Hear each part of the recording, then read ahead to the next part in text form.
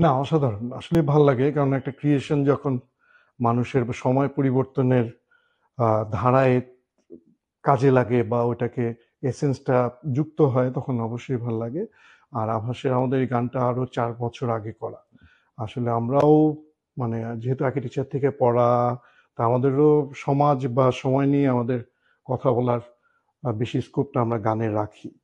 তা সেই রাখার ফলে আমরাও হয়তো ওই অস্বস্তিটা অনুভব করছিলাম, যেটা বিধায় হয়তো গানটা তৈরি হয়েছিল। কিন্তু গানটা যে এত বড় স্কেলে চলে আসবে এটা আমরাও জানতাম না ওইভাবে।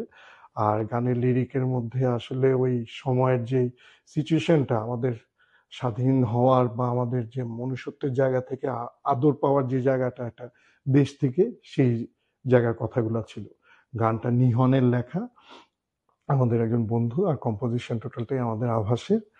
আর আমাদেরও ভাল লাগে, সাহস লাগে, উৎসাহী হই, হ্যাঁ, যেন মানুষের সঙ্গে গানগুলো মিশে যায়।